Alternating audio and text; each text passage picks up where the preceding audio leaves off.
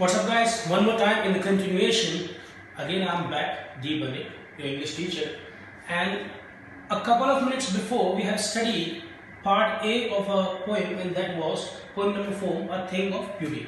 तो poem number 4, A Thing of Beauty का part A हमने clear किया था. We have discussed the introduction part, that we have discussed the lines also. I think it's going to be 8 lines. लेकिन अब हमने क्या किया हुआ है, इस complete हमने इसको कर दिया है. That means ये जो हमारे पार्ट है 6 लाइंस हमने यहाँ पे ली हुई है और रेस्ट लाइंस हमने यहाँ पे ली हुई है. That simply means we gonna finish this particular poem in this section as well. इसी सेक्शन में हम इसको फिनिश करेंगे. पार्ट बी में we are not going for part 3. ठीक, so we are not going for past में जो हम पढ़ चुके हैं हम उसको दोबारा रिपीट नहीं करेंगे. बस हाँ, उसकी एक लाइन ऐसी थी जो मुझे रिपीट करने की जरूरत थी क्योंकि कंटिन्यूएशन नहीं हो पाएगा नहीं तो वो लाइन ये थी कि इन ह्यूमन डर्थ पे खत्म हुआ था. इन ह्यूमन डर्थ यानी कि हमारे पास इस संसार में है ना, in spite of despondence in human dearth. Despondence मतलब होता है निराशा, अनहैप्पीनेस. तो ये जो निराशा है, ये इतनी सारी निराशा है, इतनी ज्यादा कमी भी है, लेकिन किस चीज की कमी है वो हम पढ़ रहे हैं. लाइन 1 है उसके बाद, of noble nature of the gloomy days. हमारे इस संसार में निराशा है, अंधकार है, इसके और कमी भी है. कमी किस चीज की है? Nobel nature. नोबल नेचर मतलब अच्छे लोग, the people who got some good heart, good soul, ऐसे लोगों की बहुत कमी है. ऑफ द ग्लूमी डेज, अब इसको हम डिस्कस करेंगे. अच्छा, आई have underlined it, like Nobel nature I have underlined it, gloomy days I have underlined it, so many other lines I have underlined it. At the same phase I will explain you the underlined lines after the poem. Poem के finish होने के साथ ही हम इसको explain करने वाले हैं क्योंकि इनमें poetic devices है. तो कमी किस चीज की है? noble natures की. Of the gloomy days, gloomy means होता है अंधकार में. इसको हम नेगेटिव सेंस से ले सकते हैं. कोई भी अंधकार में दिन या हमारे बहुत जब हालात बुरे हो जाते हैं उनको भी हम gloomy days कहते हैं. In the gloomy days of all the unhealthy and over darkened ways.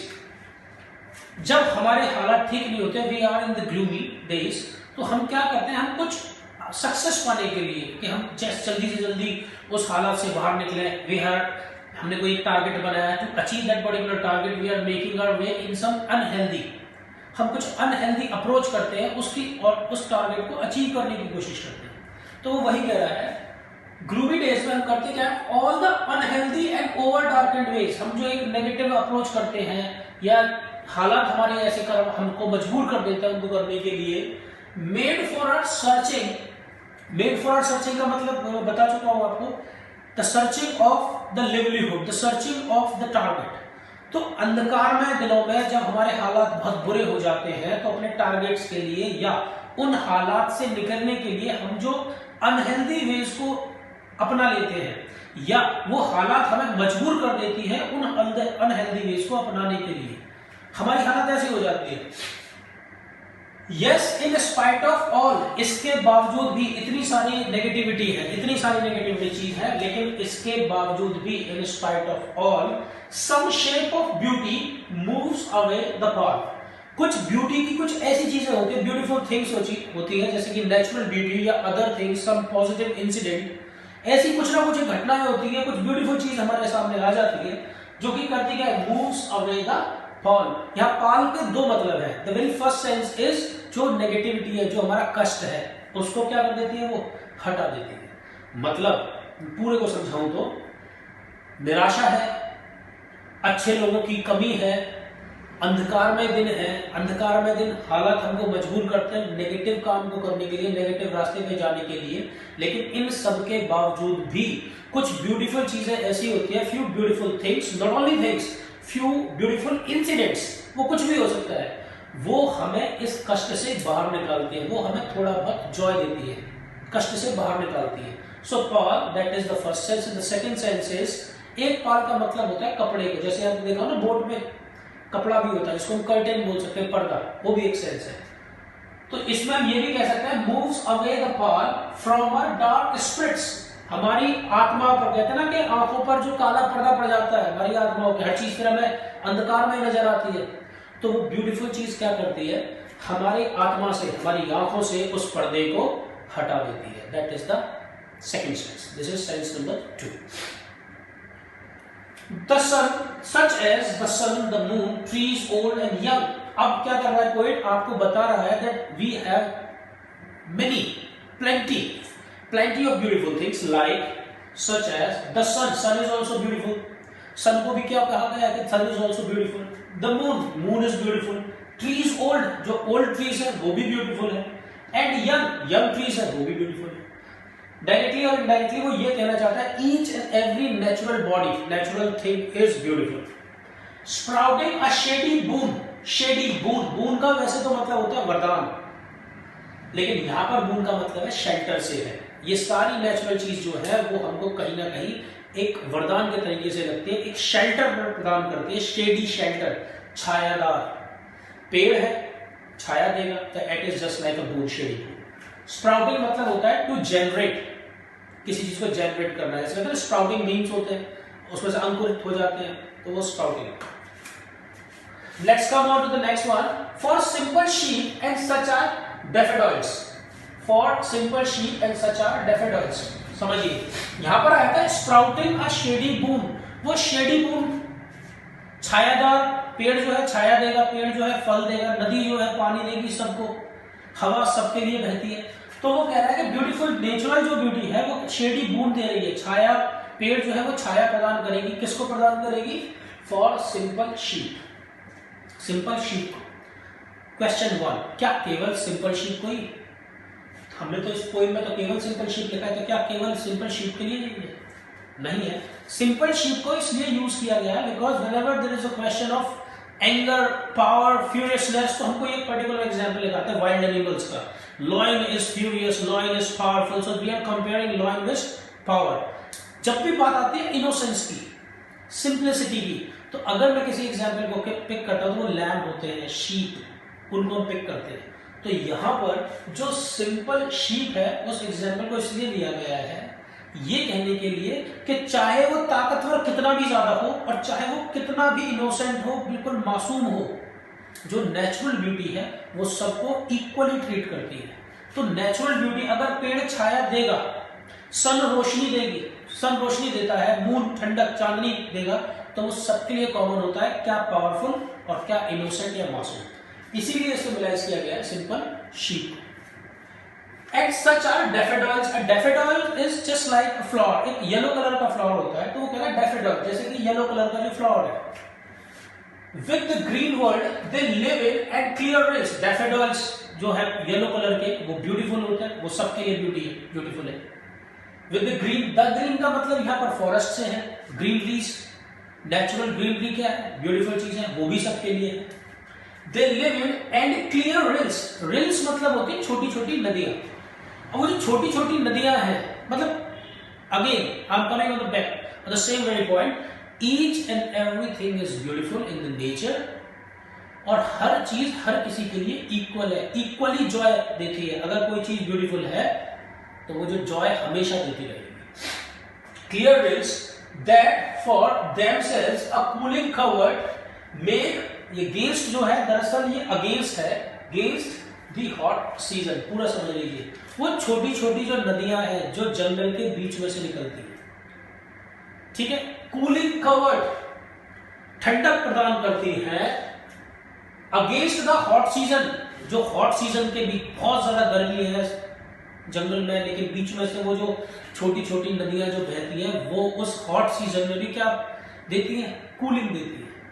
That is also a beautiful thing and a joyful thing. The mid forest break.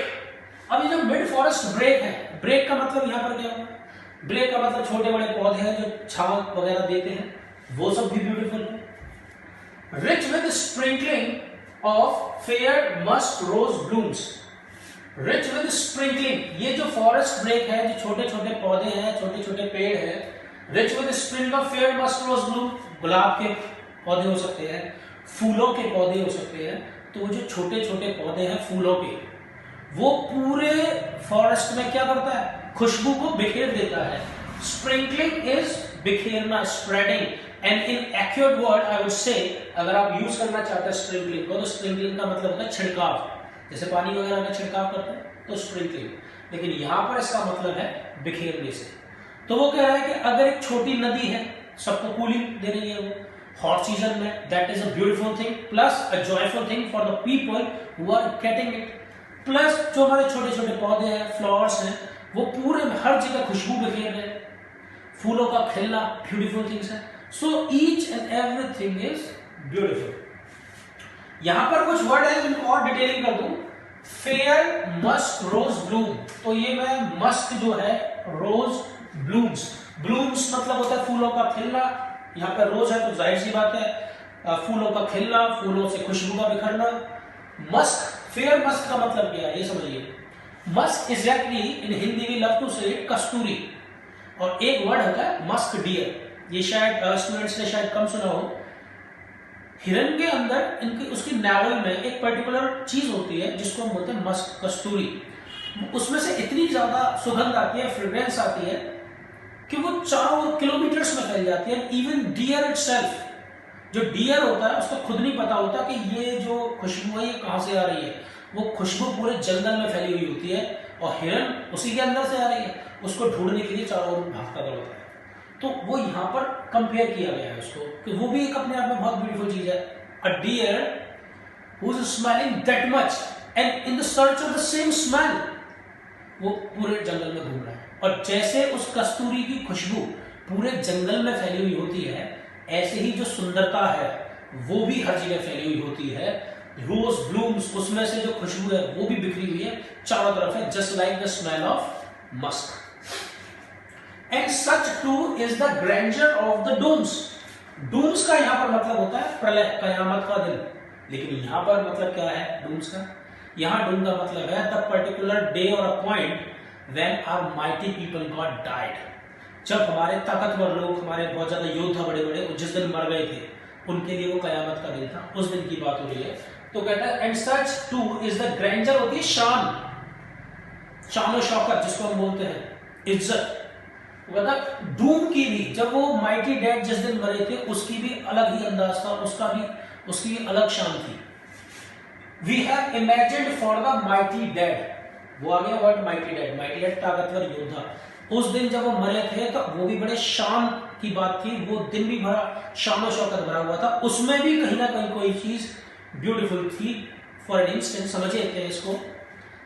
हमारे सोल्जर्स जब बॉर्डर पर फाइट करते हुए जब उनकी death होती है तो हम ये नहीं कहते कि वो मर गए, हम उनके लिए बहुत अच्छा वर्ड यूज करते हैं कि वो शहीद हो गए। जब हम कहते हैं शहीद हो गए, so there comes the grandeur, वो जो शान होती है वो वहां से निकलती है, तो वो योद्धा होते हैं हमारे।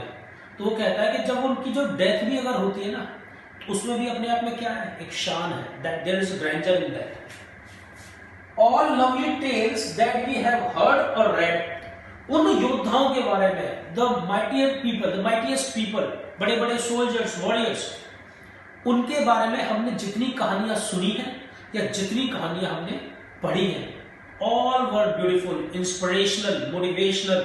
उनसे हमको न जाने कितनी मोटिवेशन मिली है, हम बहुत से लोग इंस्पायर्ड हुए हैं। Each and everything is beautiful. An endless fountain of immortal drink, यहां पर दो सेंस निकलेंगे, मैं दोनों समझाऊंगा। An endless fountain of immortal drink pouring onto us from the heavens brink। Endless fountain, एक ऐसा फाउंटेन जिसका कोई एंड नहीं हो, फवारा। इमॉर्टल, इमॉर्टल उस जैसे कहते हैं मॉर्टल things which can be finished, नश्वर हिंदी में बोलते हैं, और एक होता है अमर जिसकी कभी मृत्यु ना हो, इमॉर्टल। ड्रिंक, तो ये जो माइटी डैड थे, हमारे सोल्जर्स थे, वॉरियर्स थे, इनकी जो कहानियां जो हमको इंस्पायर करती है, मोटिवेट करती है, ये अपने आप में एक इमॉर्टल ड्रिंक के जैसा है, जो सीधा हमें कहां से पता चलता है, pouring onto us from the heavens rain, जो सीधे स्वर्ग से जमीन पर आता हुआ हमें लगता है और जिसका कोई अंत नहीं है। इसका मतलब है उन कहानियों से हमें जो शिक्षा मिलती है, जो मोटिवेशन मिलती है, जो इंस्पायरिंग थिंग्स मिलती है, वो हमेशा बनी रहेगी, हमेशा बढ़ती रहेगी, कभी खत्म नहीं होगी। That is sense number 1। Sense number 2, sense number 2 is heaven से, गॉड की तरफ से, मदर नेचर की तरफ से हमको जो ब्यूटीफुल चीजें दी हुई है, these all things are the gift of mother nature. In such a manner, वो हम ऐसे मान सकते हैं कि ये सारी ब्यूटीफुल चीजें हेवन से हमको दी गई हैं, just in the form of endless fountain, एक एंडलेस फाउंटेन के तौर पर जो हमेशा हेवन से जमीन की ओर गिर रहा है, जमीन की ओर क्या है वो सारी नेचुरल चीजें हमको दी हुई है।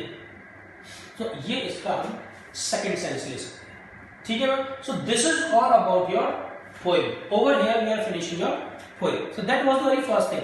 Now let's go for the second thing also, because the moment we were going for the poem so many things were there, like I have underlined the lines, मैंने बहुत सारी लाइंस अंडरलाइन की हुई हैं, poetic devices, because the moment we went for part A, so we went for 5 poetic devices including metaphor was there, alliteration was there, so many other was there।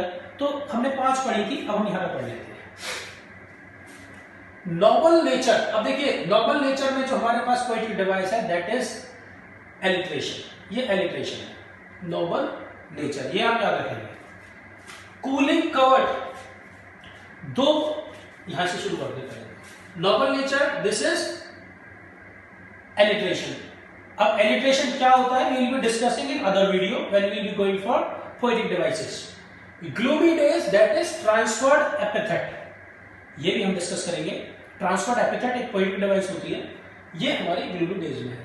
then we come forward, फिर आता है हमारे पास the pall, जो मैंने बताया था कष्ट या पर्दा, कर्टेन, ये हमारा metaphor, we will be discussing later on। shady boom, imagery, ये हमारे पास क्या है imagery, because it is based on imagination. Let's come on the way simple sheep, ये तो मैंने एक्सप्लेन भी किया था आपको कि सिंपल शीप क्यों यहाँ पर डिपिक्ट हुआ है, क्योंकि सिंपल शीप किसको सिंबलाइज करता है, इनोसेंस को। सिंपल शीप जो कहते हैं मासूमियत को, इनोसेंस को, टिमिड को, मतलब छोटे से छोटे जानवर को सिंबलाइज करता है। And because it is symbolising, that's why the poetic device is symbolic. तो इसीलिए सिंपल शीट में कौन सी पोएटिक डिवाइस है हमारी, symbolic.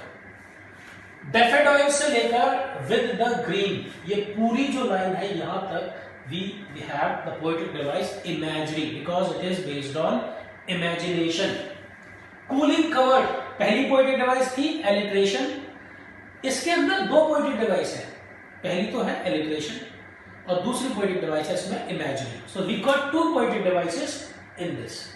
Let's come on this one, grandeur of the dooms, this is also imagery। imagery मतलब क्या है इसको समझ लो पहले तो। imagery बहुत आसान है।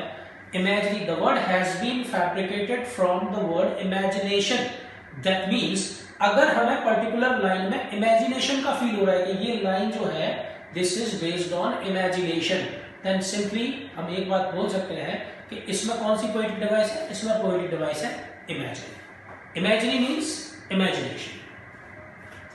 Let's come on point। Now we got endless fountain, 2 poetic devices are there, first is imagery and the second is metaphor, ठीक है, and that's it। इसमें हमारे इतनी ही poetic device है, but additional एक poetic device मैं अपनी तरफ से दे रहा हूँ, all beautiful things, जितनी भी beautiful things इसमें depict हुई है, like the sun, the moon, the rills, break, all in all, जितनी भी poetic ब्यूटीफुल थिंग्स इसमें यूज हुई हैं इस पोएम में। अगर आपको कुछ जैसे आप कंफ्यूज हो जाए किसी में तो आप एक लाइन याद रखेंगे, all beautiful things in the poem represent metaphor poetic device, वो मेटाफोर पोएटिक डिवाइस रिप्रेजेंट करते हैं। So let's come on the point again. Noble nature, alliteration, gloomy days, transferred epithet, the pall, metaphor, shady boon, imagery, simple sheep, symbolic, daffodils with the green, imagery, clear rills, imagery, cooling covered, imagery, plus alliteration, grandeur of the dooms, imagery, endless fountain, imagery plus metaphor, and all beautiful things, metaphor. So over here we are finishing your poem. Finally, it's in part B. So I hope you understand things up. And in the beginning part also I gave you the introduction of it, I gave you even the explanation also, so each and everything is that. Then to all, if you are facing any particular query or things are coming in your mind, just WhatsApp me or message me, I will resolve it out for you। वो सारी चीजें मैं आपकी clear कर दूंगा। This is all about, that's it from my side। We'll be meeting in one more lecture and this time I'll be picking a chapter। मैं एक chapter pick करूंगा और फिर आपके लिए उसको वीडियो को पोस्ट करूंगा। Thanks a lot, take care।